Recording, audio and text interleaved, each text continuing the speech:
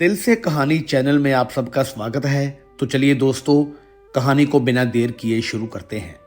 सीमा एक सुलझी हुई और समझदार महिला है जो कि अपने घर और परिवार की जिम्मेदारियों को बखूबी निभाती है। उसे पढ़ाई लिखाई का बहुत शौक है और फिजिक्स उसका सबसे पसंदीदा विषय रहा है। उसकी जिंदगी में सब कुछ ठीक था, पर कहीं ना कहीं एक खालीपन और बोरियत महसूस होती थी जिसे वह खुद भी समझ नहीं पा रही थी। उसे हमेशा ही दूसरों की मदद करना और किसी के काम आना बहुत अच्छा लगता था। जब चारों तरफ रंगों की धूम मची थी और हवा में गुलाल के साथ साथ पकवानों की मीठी महक घुली हुई थी और घर के अंदर उत्सव का माहौल था और रसोई में तरह तरह के व्यंजन बनाए जा रहे थे, तभी मुझे अचानक एहसास हुआ कि खाना बनाने के लिए कुछ जरूरी चीज़ों की कमी हो गई है। त्योहार के दिन बाजार जाना मुश्किल था, इसलिए बिना देर किए मैंने अपने मोबाइल फ़ोन से ऑनलाइन सामान ऑर्डर कर दिया और फिर अपने घर के कामों में मैं व्यस्त हो गई। कुछ ही समय बीता था कि अचानक दरवाजे की घंटी बजी, जिसे सुनकर मैं दरवाज़ा खोलने के लिए आगे बढ़ी। जैसे ही मैंने दरवाज़ा खोला तो मेरी नज़र एक ऐसे नौजवान पर पड़ी जिसने अपनी पहली ही झलक से मुझे काफ़ी प्रभावित कर दिया। वह लड़का काफ़ी लंबा था और हैंडसम भी। उसकी कद काठी बहुत ही मजबूत और गठीली दिखाई दे रही थी। उसे देखकर कोई भी कह सकता था कि वह अपनी सेहत का बहुत ध्यान रखता होगा। उसकी उम्र देखने में लगभग 23 साल के आसपास लग रही थी। वह सादे कपड़े पहने हुए था, लेकिन उसका व्यक्तित्व बहुत ही आकर्षक और प्रभावशाली था। उसके चेहरे पर एक मासूमियत के साथ साथ संघर्ष की लकीरें भी साफ नजर आ रही थी। उस लड़के के एक हाथ में मेरे द्वारा मंगाया गया सामान का पैकेट था, जबकि उसका दूसरा हाथ खाली नहीं था, बल्कि उसने उसमें कुछ कागज पकड़े हुए थे। वे कागज थोड़े मुड़े हुए और पुराने लग रहे थे, जिन्हें वह बहुत ही ध्यान और एकाग्रता के साथ पढ़ रहा था। ऐसा लग रहा था कि मानो वह हर खाली पल का इस्तेमाल कुछ सीखने या पढ़ने के लिए कर रहा हो। गर्मी और भाग दौड़ की वजह से उसके माथे पर पसीने की छोटी छोटी बूंदें चमक रही थी, जो उसकी मेहनत की गवाही दे रही थी। उसकी शर्ट के ऊपर के कुछ बटन खुले हुए थे, जिससे उसका बेबाक और बेपरवाह अंदाज साफ झलक रहा था। वह अपनी ही दुनिया में मगन लग रहा था और उसे इस बात का जरा भी अंदाजा नहीं था कि दरवाजे पर खड़ी मैं उसे कितनी गहराई से देख रही हूँ। उस पल का माहौल बहुत ही शांत और अजीब सी कशिश से भरा हुआ था। एक तरफ त्योहार की गहमा गहमी थी और दूसरी तरफ ये अनजान युवक जो अपनी मेहनत और पढ़ाई के बीच तालमेल बिठाने की कोशिश कर रहा था। उसकी सादगी और उसकी आंखों की गहराई ने मुझे वहीं खड़े रहने पर मजबूर कर दिया। वह न केवल एक साधारण डिलीवरी बॉय लग रहा था, बल्कि उसमें कुछ ऐसा भी था जो कि उसे दूसरों से बिल्कुल अलग और खास बना रहा था। जैसे ही मैंने उस नौजवान के हाथ से सामान का पैकेट लिया तो मेरी नज़र अनायास ही उसके दूसरे हाथ में पकड़े उन मुड़े हुए कागज़ों पर चली गई। मैं ये देखकर हैरान रह गई कि उन साधारण से दिखने वाले पन्नों पर फिजिक्स के बहुत ही कठिन और जटिल फार्मूले लिखे हुए थे, जिन्हें वह बड़े ही ध्यान से पढ़ रहा था। फिजिक्स मेरा स्कूल और कॉलेज के दिनों से ही सबसे पसंदीदा विषय रहा है और उन समीकरणों को देखकर पुरानी यादें ताज़ा हो गई। मेरे मन में उसके प्रति एक सम्मान और उत्सुकता जागी कि एक डिलीवरी बॉय का काम करने वाला लड़का इतनी लगन से पढ़ाई कर रहा है। मैंने अपनी उत्सुकता को रोक नहीं पाया और बड़ी ही सहजता से उससे पूछ लिया कि क्या तुम पढ़ाई कर रहे हो? मेरी बात सुनकर उसने अपनी नज़रें उन कागज़ों से हटाई और सीधे मेरी तरफ देखा। उसकी आंखें बहुत ही गहरी और नशीली थी, जिनमें एक अजीब सी चमक और सच्चाई साफ दिखाई दे रही थी। उसने बड़ी ही सादगी और विनम्रता के साथ जवाब दिया कि हाँ मैम, मेरे एग्ज़ाम आने वाले हैं, पर घर की आर्थिक स्थिति ऐसी नहीं है कि मैं पूरा वक्त पढ़ाई को दे सकूं। इसलिए काम के चक्कर में मुझे पढ़ने का वक्त ही नहीं मिलता। बस चलते फिरते और सामान पहुंचाते समय जब भी मौका मिलता है तो मैं इन पन्नों को पढ़ लेता हूँ। उसकी आवाज़ में एक अजीब सी खनक और आकर्षण था, जो कि सीधा ही दिल को छू रहा था। उसकी बातें सुनकर मुझे एहसास हुआ कि वह कितना संघर्ष कर रहा है। वह धूप में पसीना बहाकर मेहनत भी कर रहा था और अपने सपनों को पूरा करने के लिए पढ़ाई भी कर रहा था। उसकी आंखों में छिपी वो बेताबी और पढ़ने की तड़प मुझे अपनी ओर खींच रही थी। मुझे महसूस हुआ कि ये नौजवान सिर्फ शरीर से ही मजबूत नहीं है, बल्कि उसका इरादा भी बहुत पक्का है। उस पल दरवाजे पर खड़ी मैं उसे सिर्फ एक सामान देने वाले लड़के के रूप में नहीं देख रही थी, बल्कि मुझे उसमें एक ऐसा विद्यार्थी नजर आया जिसे सही दिशा और मदद की सख्त जरूरत थी। उसकी बातों ने मेरे मन में एक हलचल सी पैदा कर दी थी और मुझे लगने लगा था कि हमारी ये मुलाकात सिर्फ एक इत्तेफाक नहीं है। उसके चेहरे की मासूमियत और उसकी पढ़ाई के प्रति लगन ने मेरे दिल में उसके लिए एक खास जगह बना दी थी, जिसे जिससे मैं चाहकर भी नज़रअंदाज नहीं कर पा रही थी। उस नौजवान की बातें सुनकर मेरे मन में एक अजीब सी हलचल मच गई थी। मुझे उसकी मेहनत और उसकी पढ़ाई के प्रति लगन देखकर बहुत ही ज़्यादा हमदर्दी महसूस होने लगी थी। वह लड़का दरवाजे पर खड़ा था और उसके चेहरे पर थकान के साथ साथ अपने भविष्य को लेकर एक चिंता भी साफ दिखाई दे रही थी। मैंने उससे और बातें करना शुरू किया तो उसने बड़े ही भोलेपन से बताया कि वह किसी भी कोचिंग सेंटर नहीं जा सकता, क्योंकि उसके पास इतने पैसे नहीं हैं। उसे दिन भर शहर की सड़कों पर दौड़ना पड़ता है ताकि वह अपने घर का खर्च चला सके और अपनी छोटी छोटी ज़रूरतों को पूरा कर सके।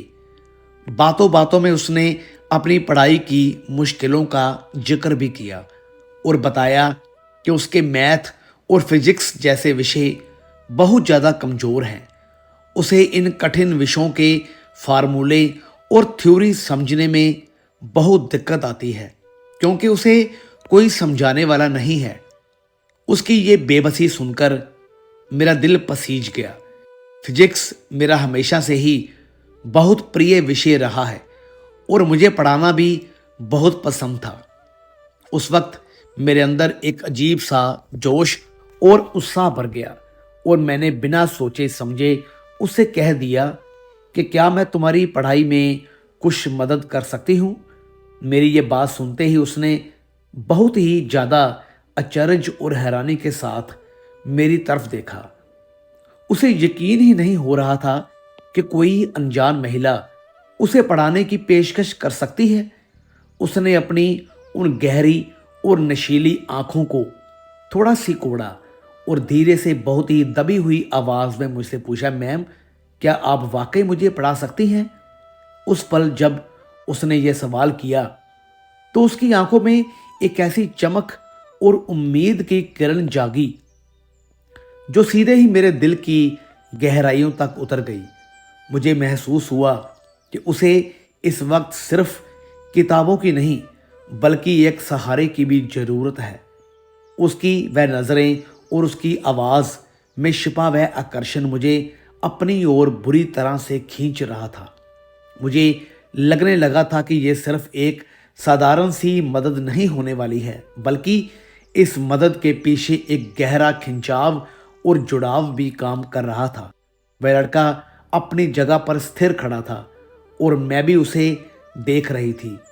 हमारे बीच एक खामोश रिश्ता सा बनने लगा था जो सिर्फ पढ़ाई तक सीमित नहीं रहने वाला था।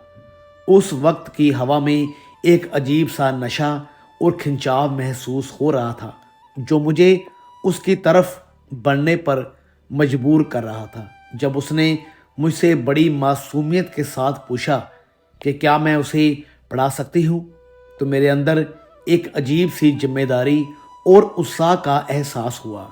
मैंने बिना एक पल की देरी किए वहीं घर के दरवाजे पर खड़े होकर उसके हाथों से वह मुड़े हुए कागज के पन्ने ले लिए और उसे फिजिक्स की कुछ बुनियादी बातें समझाने लगी। मेरा इरादा सिर्फ उसकी पढ़ाई में मदद करना था, पर जैसे ही मैंने उसे समझाना शुरू किया, हमारे बीच का माहौल पूरी तरह से बदलने लगा था। पढ़ाते समय मैं उन पन्नों पर लिखे फार्मूलों की व्याख्या कर रही थी और वह बड़े ही ध्यान से मेरी हर बात सुन रहा था। समझाते समय अचानक और अनजाने में मेरा हाथ उसके मजबूत और गर्म हाथों से छू गया। वह स्पर्श इतना अचानक था कि मेरे पूरे बदन में एक बिजली सी दौड़ गई और एक अजीब सी सिहरन महसूस हुई। मैंने गौर किया कि वह भी उस वक्त बिल्कुल शांत हो गया था और उसकी नज़रें अब उन कागज़ों पर नहीं बल्कि सीधे मेरे चेहरे पर टिकी हुई थी। वह नौजवान मुझे बहुत ही गहराई और ध्यान से देख रहा था। उसकी आंखों में एक ऐसी कशिश और खिंचाव था जिसे शब्दों में बयां करना मुश्किल था। गेट पर खड़े होने की वजह से हम दोनों एक दूसरे से काफ़ी करीब थे और मुझे उसकी तेज चलती हुई सांसों की गर्माहट अपने चेहरे पर महसूस हो रही थी। वह गर्मी सिर्फ पसीने की नहीं थी बल्कि उस पल के बढ़ते हुए तनाव और आकर्षण की भी थी। उसने मुझे बताया कि उसके पेपर बिल्कुल करीब आ रहे हैं और उसे वाकई इस वक्त किसी की मदद की सख्त ज़रूरत है।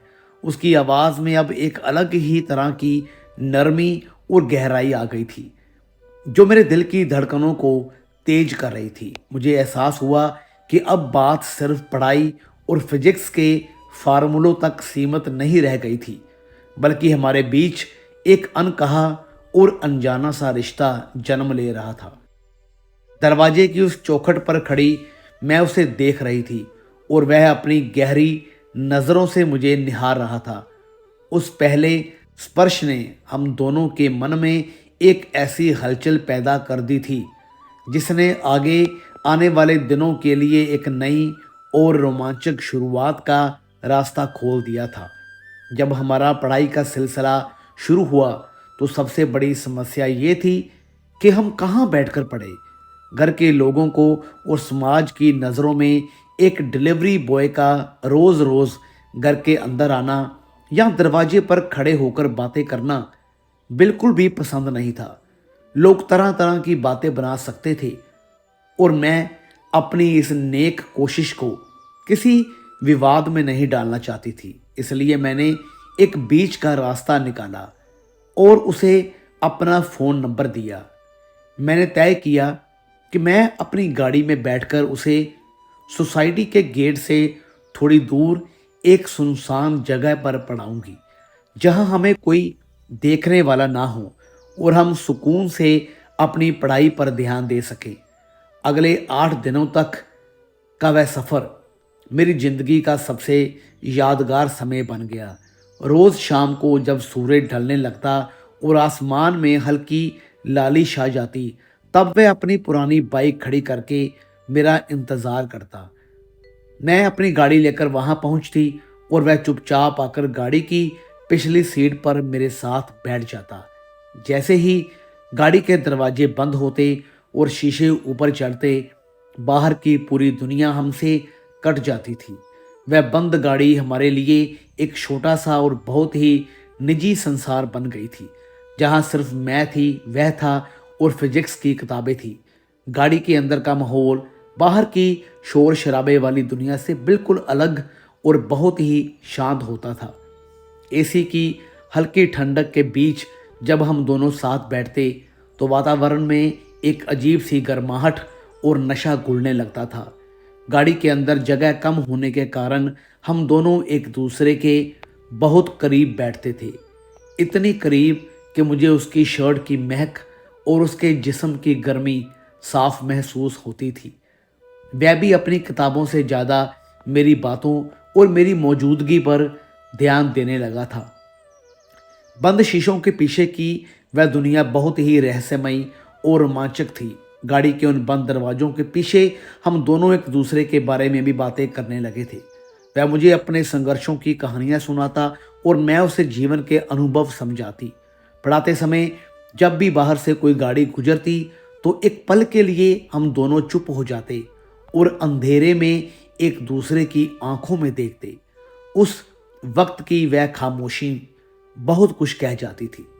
वह 8 दिन मेरे लिए सिर्फ एक टीचर की जिम्मेदारी नहीं थे, बल्कि उस नौजवान के साथ बिताया गया वह हर लम्हा मुझे अपनी ओर खींच रहा था और मुझे अपनी बोरियत भरी जिंदगी से दूर एक नई और हसीन दुनिया में ले जा रहा था, जहां समाज का कोई डर नहीं था और सिर्फ हमारी अपनी एक छोटी सी दुनिया बसने लगी थी। जैसे जैसे दिन बीतते गए हमारी पढ़ाई का वह सिलसिला सिर्फ किताबों और फार्मूलों तक सीमित नहीं रहा, बल्कि हमारे बीच एक अनकहा और गहरा जुड़ाव पैदा होने लगा था। गाड़ी की पिछली सीट पर बैठकर जब मैं उसे फिजिक्स के पेचीदा सवाल समझाती थी तो हम दोनों के बीच की दूरी धीरे धीरे खत्म होने लगती थी। गाड़ी का कैबिन छोटा था और हम दोनों एक दूसरे के इतने करीब बैठते थे कि मुझे उसकी हर छोटी बड़ी हरकत का एहसास होता था। वह लड़का भी अब पढ़ाई से ज़्यादा मेरी मौजूदगी में दिलचस्पी लेने लगा था और उसकी नज़रें अक्सर मेरी आंखों या मेरे चेहरे पर टिकी रहती थी। पढ़ाते समय कई बार ऐसा होता कि जब मैं उसे किसी डायग्राम या कैलकुलेशन के बारे में समझाती तो अनजाने में मेरा कंधा उसके मजबूत कंधे से जोर से टकरा जाता। उस स्पर्श से मेरे पूरे शरीर में एक अजीब सी बिजली दौड़ जाती थी और मेरा ध्यान पढ़ाई से पूरी तरह से भटक जाता था। वह भी उस पल का पूरा आनंद लेता था और पीछे हटने के बजाय वहीं टिका रहता था। कभी कभी जब मैं पेन से कुछ लिख रही होती तो वह भी उसी कागज़ को पकड़ने की कोशिश करता और उसकी उंगलियां बहुत ही प्यार और नरमी से मेरे हाथों को सहला जाती थी। उसका वह जानबूझकर किया गया स्पर्श मुझे अंदर तक झकझोर देता था, पर मैं उसे रोक नहीं पाती थी क्योंकि मुझे भी वह एहसास बहुत अच्छा लग रहा था। गाड़ी के अंदर की हवा में अब एक अलग ही तरह का नशा और आकर्षण घुलने लगा था। बाहर की दुनिया में क्या हो रहा है हमें उससे कोई भी मतलब नहीं था।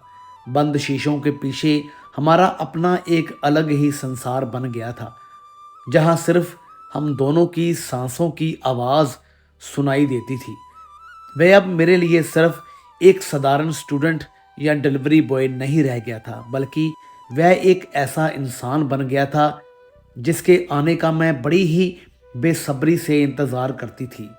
हमारी पढ़ाई के बीच में अब लंबी लंबी खामोशियाँ होने लगी थी, जिन खामोशियों में एक दूसरे के प्रति बढ़ती हुई चाहत साफ झलकती थी।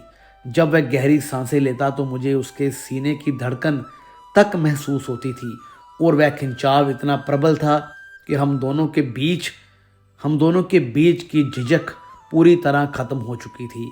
कभी वह मेरे बालों की लटों को सही करने के बहाने मुझे छूता तो कभी मैं उसे शाबाशी देने के बहाने उसके हाथ पर अपना हाथ रख देती। उन 8 दिनों में फिजिक्स के फार्मूले तो पीछे छूट गए थे और हमारे बीच भावनाओं और जिस्मानी कशिश का एक ऐसा सिलसिला शुरू हो गया था जो हमें हर गुजरते पल के साथ एक दूसरे के और भी करीब लाता जा रहा था। वह रोमांस अब शब्दों का मोहताज नहीं था, बल्कि हमारी आंखों और हमारी छुअन में साफ नजर आने लगा था। वह 8वां दिन था और बाहर का मौसम बहुत ही अजीब और बेचैन कर देने वाला था। तेज हवाएं चल रही थी और धूल भरी आंधी के कारण बाहर का सब कुछ धुंधला सा नजर आ रहा था, लेकिन गाड़ी के अंदर का माहौल बिल्कुल अलग और बहुत ही ज़्यादा गर्म और नशीला बना हुआ था। हमने रोज़ की तरह पढ़ाई शुरू की, पर हमारा ध्यान किताबों पर बिल्कुल नहीं था। फिजिक्स के वे कठिन फार्मूले आज हमें बहुत ही साधारण से लग रहे थे, क्योंकि हमारे बीच जो भावनाएं पनप रही थी वे उन शब्दों से कहीं ज़्यादा गहरी और पेचीदा थी। हम दोनों एक दूसरे के इतने करीब बैठे थे कि हमारी सांसें आपस में टकरा रही थी, और गाड़ी के उस छोटे से कैबिन में एक अजीब सा तनाव और खिंचाव पड़ता ही जा रहा था। पढ़ाई खत्म होने का वक्त हो चुका था, पर ना तो वह जाने की जल्दी में था और ना ही मैं उसे जाने के लिए कहना चाहती थी। तभी उसने बहुत ही धीरे और प्यार से अपना मजबूत हाथ आगे बढ़ाया और मेरा हाथ अपने हाथों में ले लिया। उसकी हथेलियों की गर्माहट और उसकी उंगलियों का वह स्पर्श मेरे पूरे बदन में एक सहरन पैदा कर गया। वह अपनी उंगलियों के पोरों से बहुत ही नरमी के साथ मेरी हथेली पर लकीरें खींचने लगा था, और उसकी उस छोटी सी छुअन में एक ऐसी आग और जुनून था जिसने मुझे अंदर तक पूरी तरह से पिघला दिया था। मैंने अपनी आंखें बंद कर ली और उस पल को महसूस करने लगी जहां दुनिया की कोई पाबंदी और कोई डर मौजूद नहीं था। उसने अपनी उन गहरी और नशीली आंखों से बड़े ही प्यार और चाहत भरी नज़रों से मेरी तरफ देखा, और मैंने भी खुद को रोक नहीं पाया।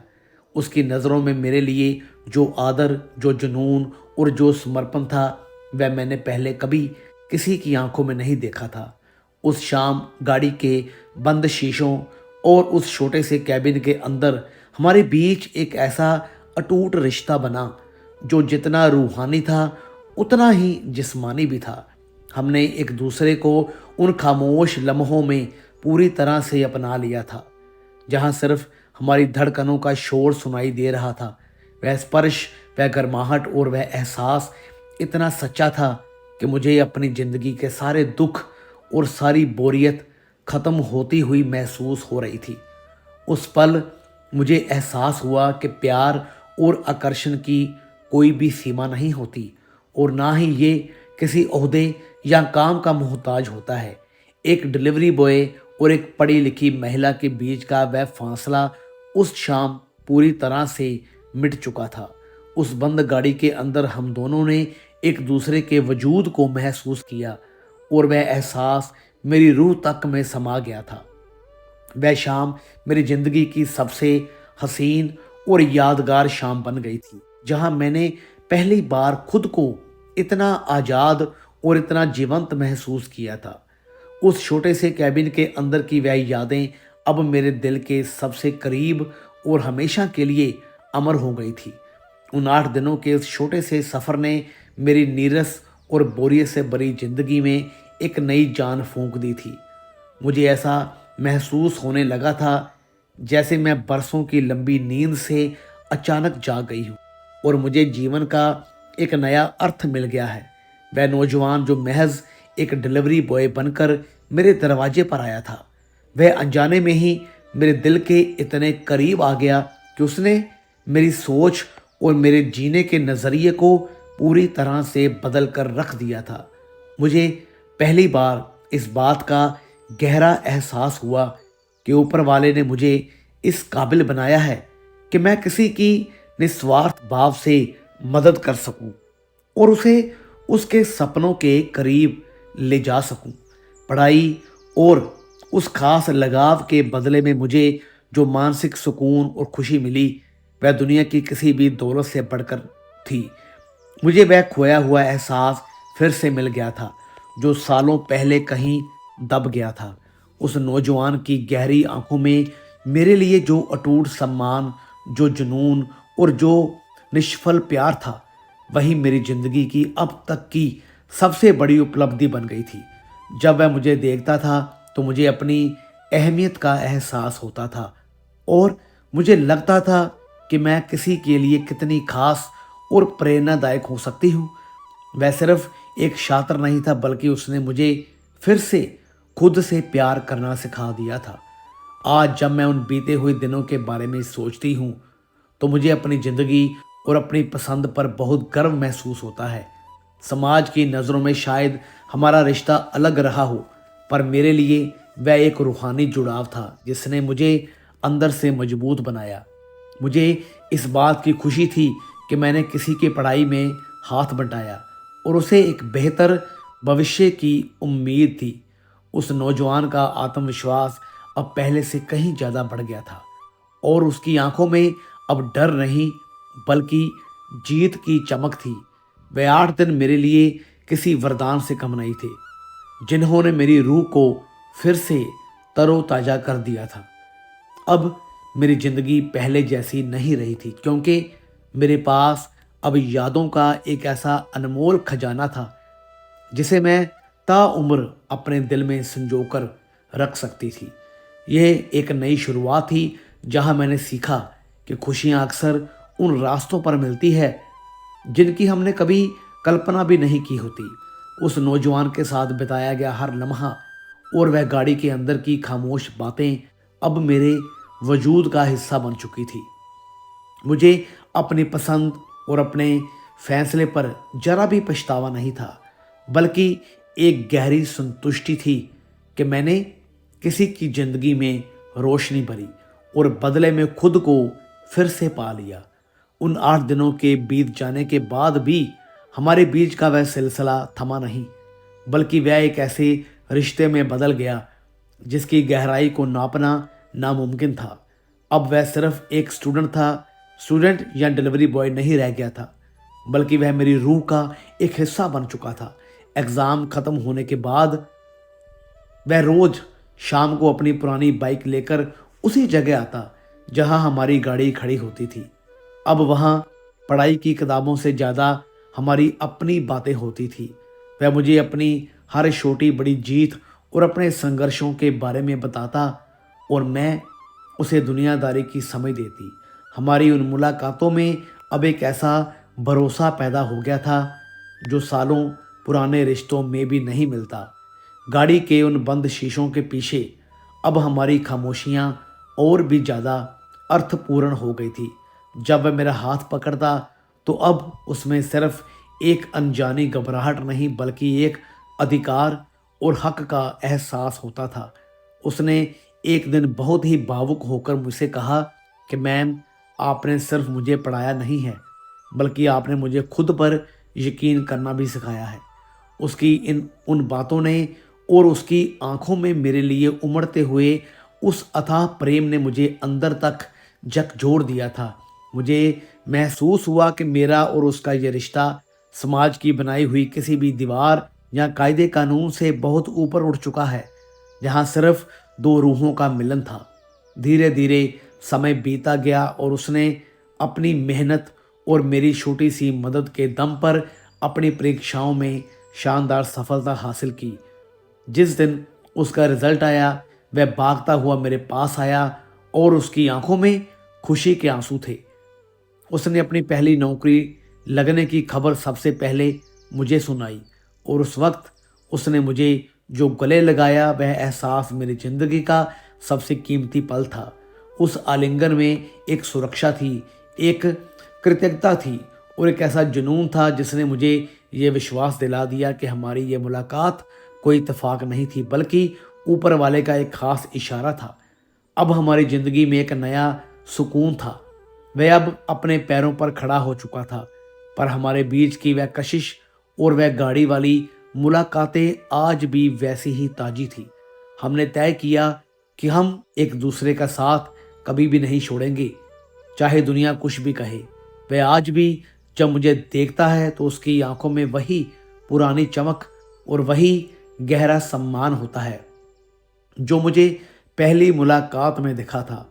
हमारी इस अनोखी प्रेम कहानी ने मुझे ये सिखाया कि जब 2 लोग दिल से जुड़ते हैं तो उम्र, काम और समाज की बंदिशें छोटी पड़ जाती हैं। आज मुझे अपनी उस पसंद पर और उस नौजवान के अटूट प्यार पर बहुत गर्व है। एक शाम आसमान काले बादलों से घिरा हुआ था और देखते ही देखते मूसलाधार बारिश शुरू हो गई। हमेशा की तरह वह अपनी बाइक खड़ी करके मेरी गाड़ी के पास पहुंचा। वह पूरी तरह से भीग चुका था और उसके शरीर से पानी की बूंदें टपक रही थी। मैंने जल्दी से उसे गाड़ी के अंदर बुलाया और दरवाज़ा बंद कर दिया। गाड़ी के अंदर एसी की हल्की सी ठंडक थी, लेकिन हम दोनों के बीच एक अलग ही तपिश और गर्मी महसूस हो रही थी। भीगे होने के कारण उसकी शर्ट उसके गठीले बदन से पूरी तरह से चिपक गई थी, जिससे उसकी मर्दानगी और भी उभर कर सामने आ रही थी। उसने अपनी गीली शर्ट के बटन खोलने शुरू किए ताकि वह खुद को थोड़ा सुखा सके। उस वक्त गाड़ी के उस छोटे से कैबिन में एक अजीब सी खामोशी छा गई थी। मेरी नज़रें चाहकर भी उसके चौड़े सीने और उन मजबूत कंधों से नहीं हट पा रही थी। उसने मेरी तरफ देखा और उसकी आंखों में एक ऐसी आग थी जो मुझे अंदर तक जला रही थी। उसने धीरे से अपना हाथ बढ़ाया और मेरे चेहरे पर जमी बारिश की कुछ बूंदों को अपनी उंगलियों से पोंछा। उसका वह स्पर्श इतना कोमल और इतना गहरा था कि मेरी धड़कनें बेकाबू होने लगी थी। उस पल पढ़ाई के बारे में सोचना भी मुमकिन नहीं था। उसने बहुत ही दबी हुई और बारी आवाज़ में मुझसे कहा कि मैम, आज पढ़ने का मन बिल्कुल नहीं है, बस आपको जी भर के देखने का मन कर रहा है। उसकी ये बात सुनकर मेरा दिल जोर जोर से धड़कने लगा। मैंने भी अपनी झिझक छोड़ दी और उसका हाथ थाम लिया। गाड़ी के बाहर बारिश का शोर था और अंदर हम दोनों की तेज चलती हुई सांसों की आवाज़। वह मेरे इतना करीब आ गया था कि मुझे उसके शरीर की सौंधी महक और उसकी सांसों की गर्मी अपनी गर्दन पर महसूस हो रही थी। उसने धीरे से अपना सिर मेरे कंधे पर रख दिया और अपनी उंगलियों को मेरे हाथों में फंसा लिया। उस शाम गाड़ी के अंदर का वह माहौल पूरी तरह से बदल चुका था। हमारे बीच अब कोई पर्दा नहीं रहा था। उसने मुझे बहुत ही मजबूती से अपने आगोश में भर लिया और उस पर मुझे एहसास हुआ कि हम दोनों एक दूसरे के लिए कितने ज़रूरी हो चुके हैं। वह छुअन, वह नज़दीकियाँ और वह बढ़ता हुआ रोमांच हमें एक ऐसी दुनिया में ले गया जहाँ सिर्फ हम दोनों थे। बारिश की उन बूंदों ने हमारी आग को कम करने के बजाय और भी बढ़ा दिया था। उस रात हमने एक दूसरे को ना सिर्फ रूह से बल्कि पूरे वजूद से महसूस किया। वह एक ऐसी रात थी जिसने हमारे रिश्ते को हमेशा के लिए अटूट और बेमिसाल बना दिया था। उस नौजवान की कामयाबी और उसकी आंखों में मेरे लिए जो अटूट वफादारी थी, उसने मेरी पूरी दुनिया ही बदल दी। वह बारिश वाली शाम और गाड़ी के अंदर बिताए गए वे चोरी छिपे के लम्हे अब मेरी जिंदगी की सबसे कीमती याद बन चुके थे। मुझे इस बात का जरा भी मलाल नहीं था कि समाज की नज़रों में यह रिश्ता कैसा था, क्योंकि मेरे लिए वह 8 दिन और उसके बाद का ये सफ़र रूह को छू लेने वाला था। आज जब मैं पीछे मुड़कर देखती हूँ तो मुझे महसूस होता है कि प्यार और मदद का कोई तय पैमाना नहीं होता। एक अनजाने लड़के की पढ़ाई में हाथ बंटाने के बहाने मुझे वह एहसास मिल गया जिसकी मुझे बरसों से तलाश थी। वह अब अपनी ज़िंदगी में बहुत आगे बढ़ चुका था, लेकिन हमारे बीच का वह खास खिंचाव और वह गहरा रिश्ता आज भी कायम था। उसने मुझे एक नई पहचान दी और मैंने उसे एक नया आसमान दिया। हम दोनों ने मिलकर एक ऐसी दास्तां लिखी जो सिर्फ हमारी अपनी थी और जिसमें किसी तीसरे की कोई भी जगह नहीं थी। वह नौजवान और मेरी वह गाड़ी अब सिर्फ एक याद नहीं बल्कि मेरे वजूद की सबसे खूबसूरत सच्चाई बन चुके थे। मुझे अपनी पसंद और अपने इस साहसी कदम पर बहुत गर्व था, क्योंकि इसने मेरी बोरियत भरी जिंदगी को रंगों और उमंगों से भर दिया था। तो दोस्तों, कैसी लगी आपको ये कहानी? वीडियो अच्छी लगी हो तो लाइक करें, शेयर करें, चैनल को सब्सक्राइब ज़रूर करें। तो मिलेंगे फिर से एक और नई दिलचस्प कहानी के साथ। तब तक के लिए गुड बाय।